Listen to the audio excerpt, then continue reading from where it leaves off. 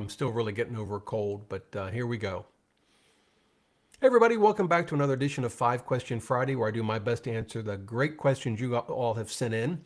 Today, our 5 topics. One, we're going to look at how large of an emergency fund should we hold in retirement. Question 2, we're going to look at the sequence of returns risk. That's the risk that in early retirement, maybe the stock market's down, perhaps inflation's up, and that can really hurt our portfolio in a way that can be hard to recover later in retirement. Question 3, we're going to look at the difference between capital gains harvesting versus Roth conversions and how should we think about which one might be better for us. The 4th question, estimated taxes in retirement. We're going to look at that topic. And then finally, we're going to look at a Vanguard retirement target date income fund. It's VTINX. I happen to own it. And a viewer has a question about why it's performed so poorly over the last few years. Oh my. All right, so those are the topics we're going to cover today. If you want to send in a question, just subscribe to the newsletter with the link below this video. It's free, goes out every Sunday morning, and you can then hit reply and ask away. Would love to hear from you. I get hundreds, thousands of emails every month, and I do my best to work through them, but great questions. I enjoy reading them. I learn a lot, frankly, from your questions. I basically learn, how much I don't know. That's what I learned from your questions. And then I go off and I research things. All right, enough chit chat. Question number 1, and I realized I didn't, oh no, this comes from, I think from a viewer named Rob, but I realized I didn't actually put their name down in my notes. Uh-oh, here we go. He said, your newsletter post on bucket strategy got me thinking about how large a cash fund I actually need to be holding in retirement. What's your thought on how much to set aside for various categories of emergencies to be held in liquid money, market fund, or maybe a short-term bond fund? Any checklist tools or sites you can suggest to help with this calculation? Well, there are a few, emergency fund calculators, and I will link to a couple of them below this video. Vanguard has an article on emergency fund guide, fairly basic stuff, but I'll link to those below the video. But here's my thinking. When you're in your working years, before you retire, you have 2 kinds of emergencies in my mind. The first is an income emergency. You lose your job, you don't get that big bonus you were hoping for, you were relying on overtime and it's gone away or whatever. That's one kind of emergency. In retirement, that doesn't seem to me to be the pressing issue, at least for a lot of people. Now, maybe you're working part-time in retirement and losing that job would be a real hardship. So there can be certain circumstances in retirement where it does matter. But unless we're worried about Social Security going away, and yes, that might be a concern, or you're getting a pension from some entity that's on shaky financial footing, maybe, we usually don't have that same concern in retirement. But of course, it's certainly true that in retirement, the roof can start leaking, the furnace can go out, the car can break down. And the question is, should we have an emergency fund for that? Now, again, the sort of general rule of thumb is 3 to 6 months worth of expenses. But here's my take on cash in retirement, is that you really should have enough that makes you feel comfortable. But I actually think it's fine not to have what we would call a traditional emergency fund in cash in retirement. Why is that? Because if the car breaks down, we can go into our retirement savings to pay for it. Now, some will say, wait a minute, Rob, slow down there, buddy. What if the stock market's down? What if the bond market's down? What if they're both down like 2022? And you have to dip into your savings to pay for an expensive car repair or a house repair, or maybe it's a medical expense or dental expense. You're going to be selling when the market's down, and we shouldn't really do that. Fair enough. Except that most of the time that doesn't happen. Yes, you can hold 6 months worth of cash, 12 months worth of cash as an emergency fund. In most years, that's going to cost you money. It's going to cost you money because it's not in the market, and generally the market goes up. And so, yeah, it can save you in a year like 2022, but there's going to be a significant cost to that in many of the other years. And so we have to keep that in mind. Now, some will be saying, well, Rob, are you saying you don't hold any cash? No, I do hold cash. I tend to hold about a year's worth. And you say, well, what's that? Isn't that an emergency fund? Honestly, no. It's helps Rob sleep at night. I just feel comfortable holding a year's worth of cash. I consider it part of our fixed income portfolio, part of our fixed income allocation. And rather than putting it, say, in intermediate term bond funds or TIPS, I hold it in a money market fund because I feel comfortable doing that. I like to have that money on hand. Do I designate it as an emergency fund? No. Is it based on some calculation about how much I think a car repair would cost versus a furnace versus a big dental bill, and sort of added all those up and it just came out to a year's worth of spending? No, it wasn't that way at all. There was no calculator involved. There was no worksheet. It was Rob's comfortable holding about a year's worth of cash. So that's how I think about it. I don't think about it in terms of I need this money for an emergency fund. Now, of course, if the car broke down, would I use that cash to pay for it? Yeah, that's what I would do. And eventually I'd top off that amount of money. I wouldn't necessarily do it right away, particularly if it's a relatively small expense compared to the amount we keep in that money market fund. But that's how I think about it. And I don't feel a need to have a designated emergency fund. The truth is, in fact, we just paid more than I expected for a car repair. I put it on a credit card. Now I'm going to pay that card off in full in 30 days. I'm not going to pay any interest on it. And that's going to come out of our year's worth of money that we keep. In our case, we keep it in a money market fund. And, I'll top that off every quarter or so, or sometimes direct dividends that get paid in a taxable account to that account, or income from the business to that account. But that's how I think about it. I don't really feel a need to designate an emergency fund based on some estimate of the costs of things that typically can go wrong in our lives, whether it's our own bodies, our cars, our house. Yeah, that's how I think about it. And a year for me is comfortable. It might be different for you. All right, it's a great question. And by the way, I'll stress, I don't think there's one right way to think about this. I've shared with you how I think about it. I'm not here to tell you that's like the right way and you shouldn't think about it any other way. But I will say what I don't do is hold cash so that I can spend it when the market's down. That's sort of a bucket strategy approach, and I'm actually going to have another video very soon on that very topic. I don't do that. All right. Question 2 comes from Craig, and it's about the sequence of returns risk. He says, I have a question regarding sequence of returns risk. I previously thought the best way to manage this was by maintaining a dedicated money market or HSA account with 3 to 5 years of cash to cover market downturns. So here we go. Nice segue from question 1. 3 to 5 years. Wow, that's a lot of cash. All right. However, I recently heard a perspective that changed my thinking. If a portfolio, such as in a Roth, maintains a diversified, mix, say a 60-40 portfolio, could I simply take regular distributions from the bond side during a market drop instead of selling stocks? And then he goes on. I have specifically 2 questions. Is it possible to specify which portion of a portfolio, stocks versus bonds, a distribution is taken from? And question 2, am I missing anything or thinking about this incorrectly? It was a revelation to consider not having a dedicated cash account for sequence of returns risk, and I would value your thoughts. All right. Question 1 is easy. You want to pull money out of a Roth, you can choose which assets to sell to pull that money out of.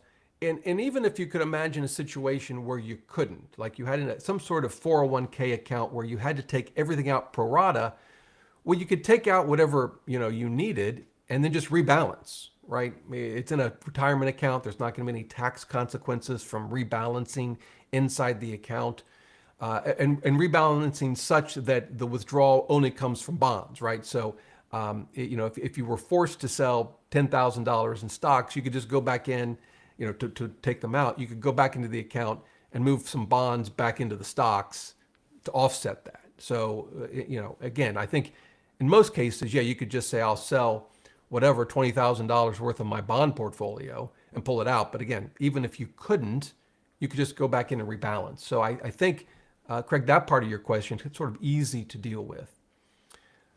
The more difficult question is this a good way to deal with the sequence of returns risk? This really gets back to the bucket strategy. As I mentioned, I'm going to have another video on this. But it's a very common approach where you'll say, I've got cash, I've got some bonds. And Craig, in your case, you're thinking, can I even just do away with the cash? Okay, yeah, you could. And then, if the stocks are down in 2026 by whatever, pick your number, 15% or whatever, you could just say, well, for 2027, I won't pull any money from the stocks. I'll just pull from the bonds. And won't that deal with the sequence of returns risk? In my view, this approach is not a great way to deal with the sequence of returns risk. It might be a great way to deal with our own fears about a stock market drop, right? It may be an okay way to deal with when stocks are down. I've got this bond cushion of, let's say if it's a 60-40 portfolio, you might have 10 or more years worth of living expenses in fixed income. And that gives us a lot of comfort. And you could just say, I'm just going to spend that, and I'll just leave the stocks alone until they recover. Again, from sort of a behavioral finance perspective, that might not be a bad way to deal with it. But it's kind of an indirect way of dealing with the sequence of returns risk. Here's the deal. The single best way, in my view, to sort of meet the sequence of returns risk head on is spending less money. That really is the 4% rule. See, I think this is what some folks might not appreciate.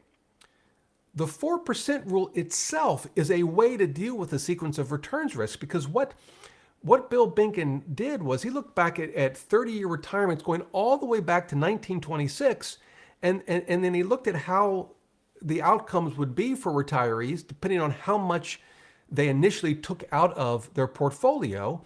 And what he found was in some years you could take out 10%.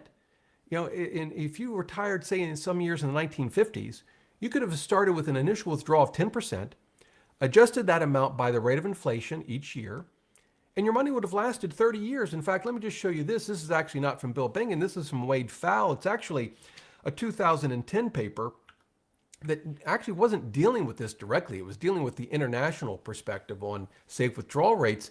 But you can see he mapped out the safe withdrawal rates here with different asset allocation assumptions. You can look, I guess it was in the 1940s, towards the end, you could have taken out more than 12% right here, adjusted for inflation, and your money would have lasted a long time. Now, and this was for a 30-year retirement, right? So if you start with 4%, which was the worst case, you can see 4.02 here. This was in the late 60s. If you start with 4%, and then adjust for inflation, that's actually dealing with the sequence of returns risk. It's saying, at least based on history, of course, the future, I suppose, could be worse, but based on history, that was the absolute worst. So if you're just starting with 4%, that's really, really low. Most years you can start with more than that. And that's how you deal with sequence of returns risk. At least that was the Bill Binken 4% rule approach. It's what Wade Fowle's looking at and studying in his paper that I just showed you. Again, the paper's more about an international perspective, but I really like these two charts. They tell us a lot about ways to think about these issues. And again, I'll link to this paper below the video. But either starting with a low withdrawal rate, or even if you start with a somewhat higher withdrawal rate, having the flexibility to reduce that spending, to me, that's the way to hit sequence of returns risk head on. This idea of, well, I'll squirrel away a bunch of cash and just spend that, not stocks when stocks are going down, that may not be a bad way to deal with your portfolio. I just prefer to rebalance every year, because in most cases, what you'll be doing is not just ignoring stocks in a down year. You'll actually be buying stocks in a down year through rebalancing. That's my preferred approach. Of course, there are times when rebalancing will cause you to sell stocks when they're down. Imagine a situation where bonds and stocks are both down 10%. Well, at the end of the year, you're not out of balance. You're still in whatever asset allocation you started with, and you got to take money from somewhere, right? Of course, you don't want to sell bonds when they're down any more than you want to sell stocks when they're down. I mean, really, if you're selling something, you really don't want to sell it when the price is down, whether it's stocks, bonds, real estate, or Pokemon cards, right? I mean, we'd prefer to sell when they're up.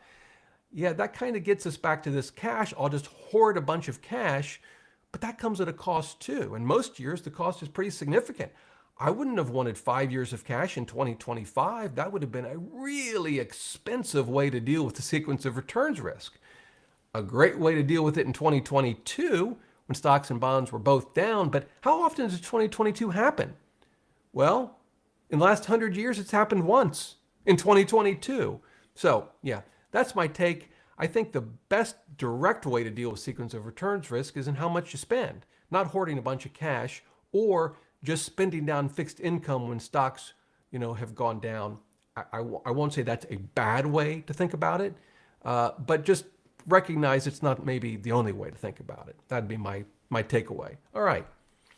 I feel like I've been on a soapbox the last 5 minutes. I apologize. All right. You can always fast forward or just, stop watching. Okay. Question, I think we're on question 3. This is a tough one. This comes from a viewer named, I think, RPM.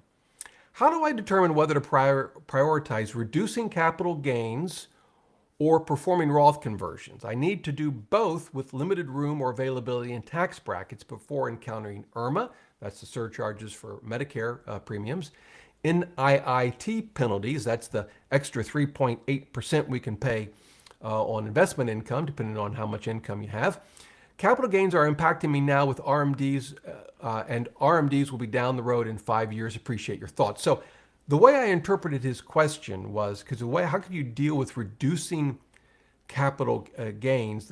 What I understood that to mean was he could be in a very, at least for a limited period of time until RMDs kick in, he could be in a very, very, very low income situation where he might be able to actually trigger capital gains at the 0% capital gains bracket. That's how I understand it. But now, should we do that or should we do Roth conversions? So let's just understand the two choices, first of all.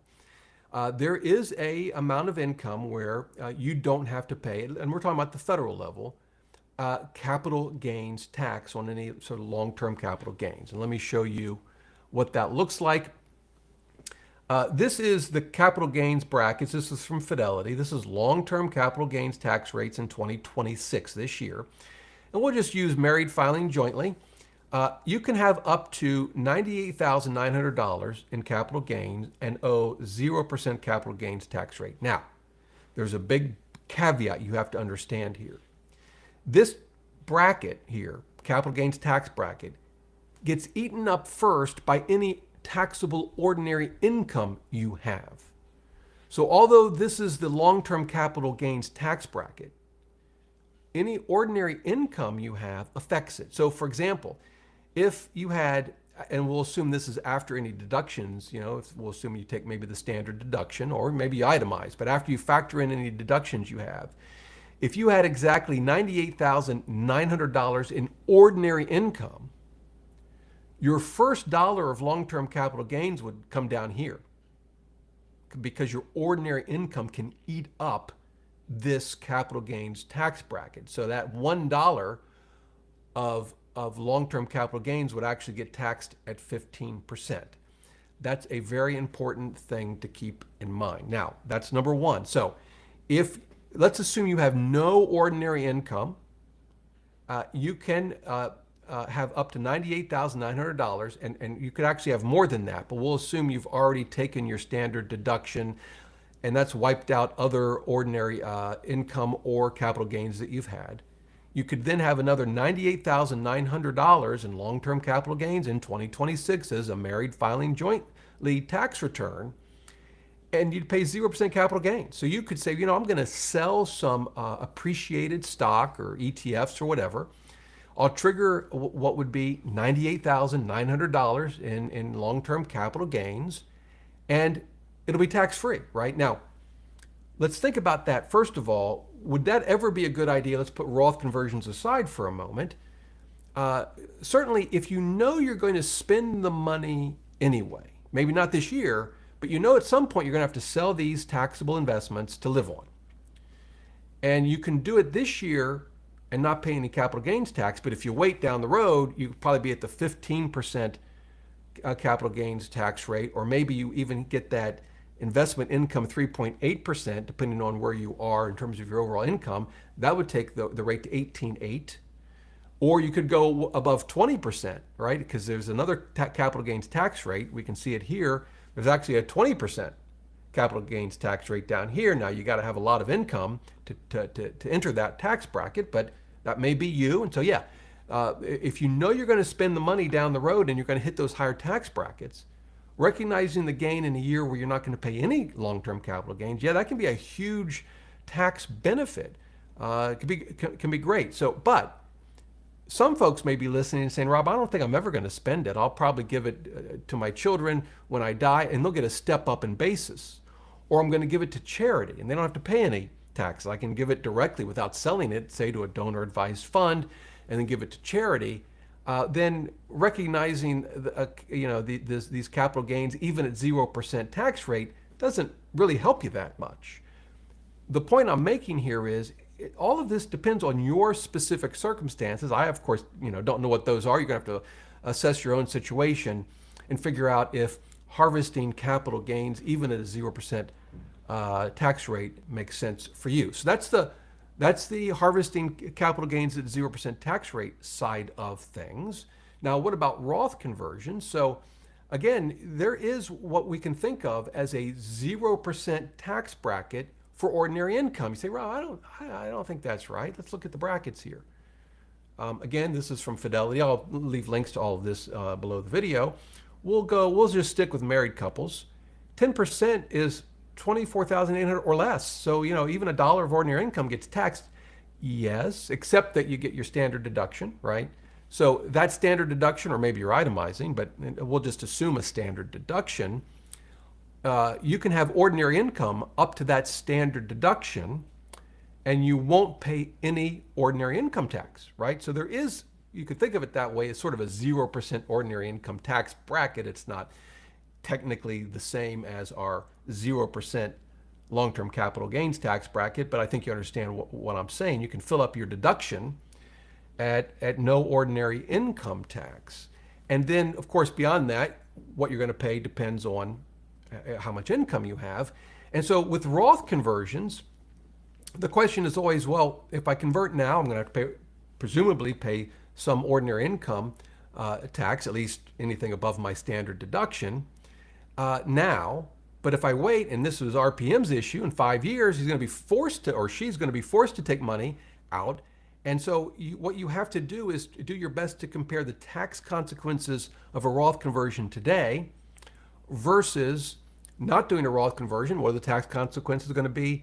Not only your first year of RMD, keep in mind your RMD amounts go up every year. Now, of course, it's going to depend in part on your balances in your traditional retirement accounts, but the factor you use goes up every year as you age.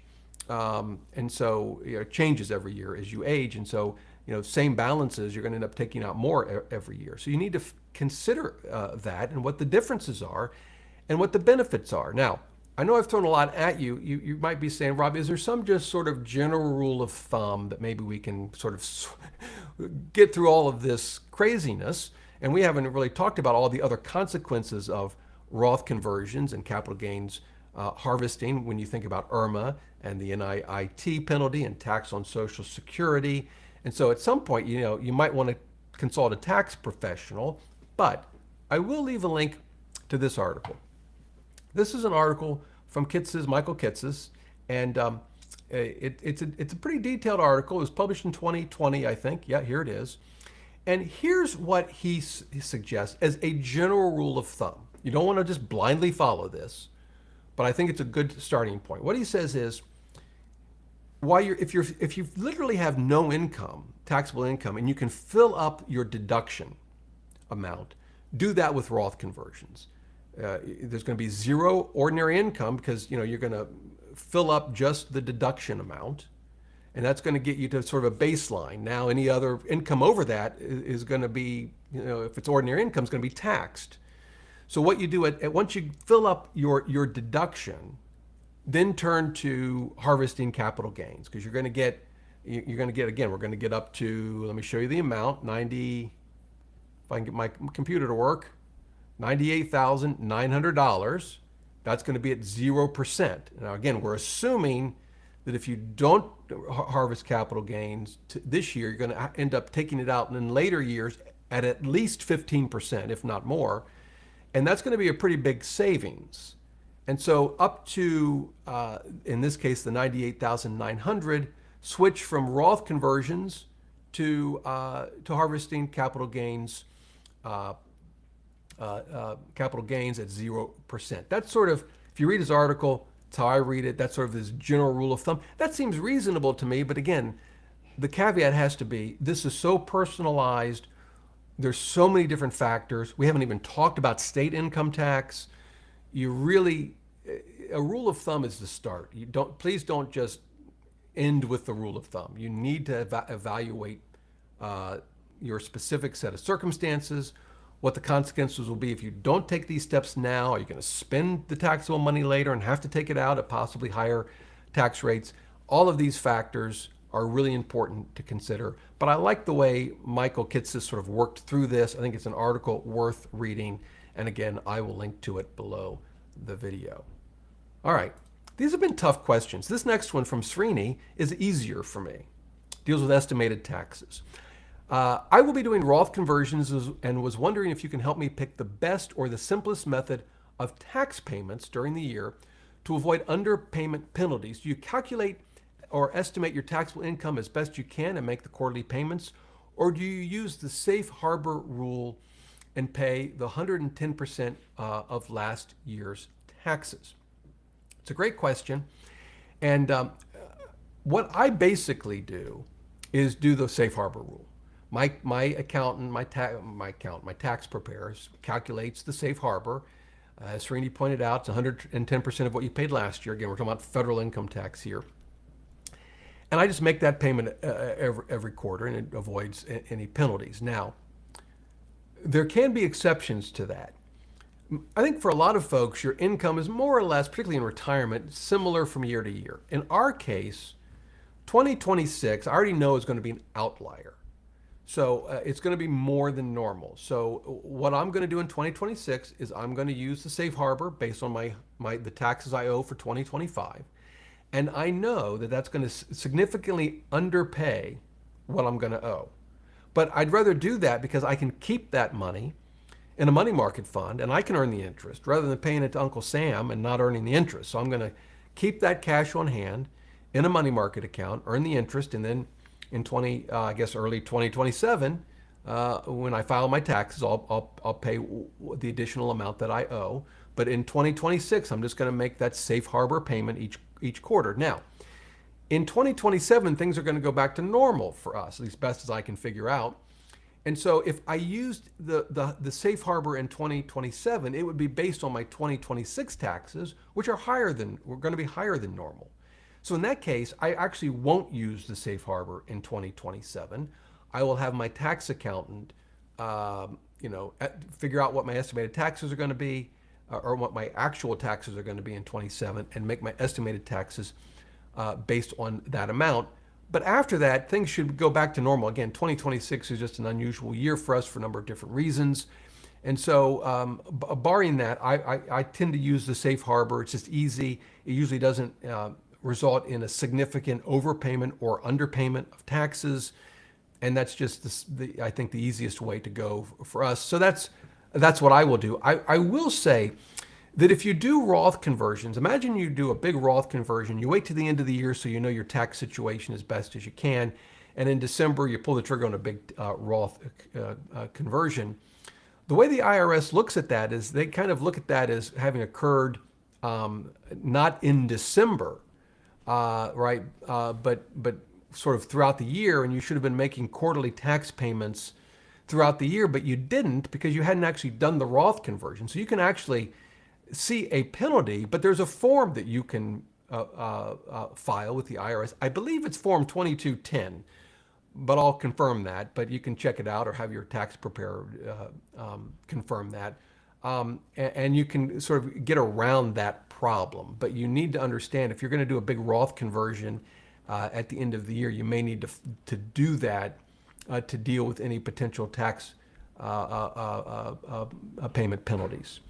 That's it. Hope that helps. By the way, you can do a direct pay and set it up with the IRS. In fact, I can show you the pages here, direct pay with a bank account. And you can automate it, and so pretty easy to do. I'll leave a link to this below the video. All right.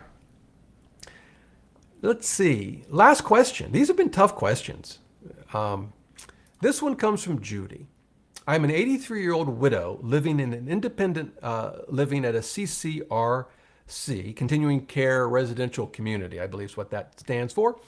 I really want to know how you feel about parking your money in Vanguard's Target Retirement Income Fund.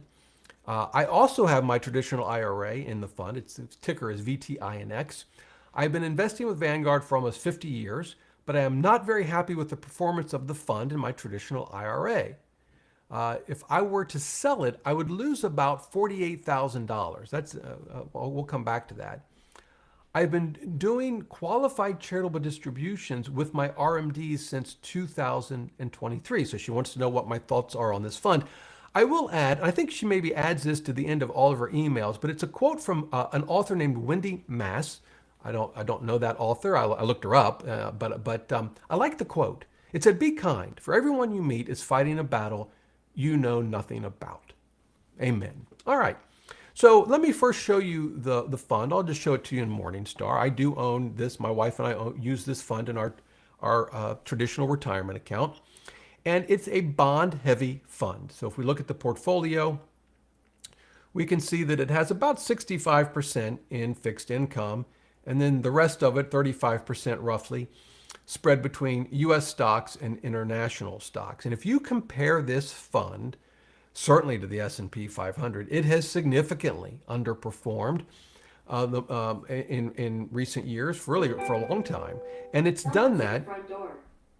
And it's done that because it's bond heavy.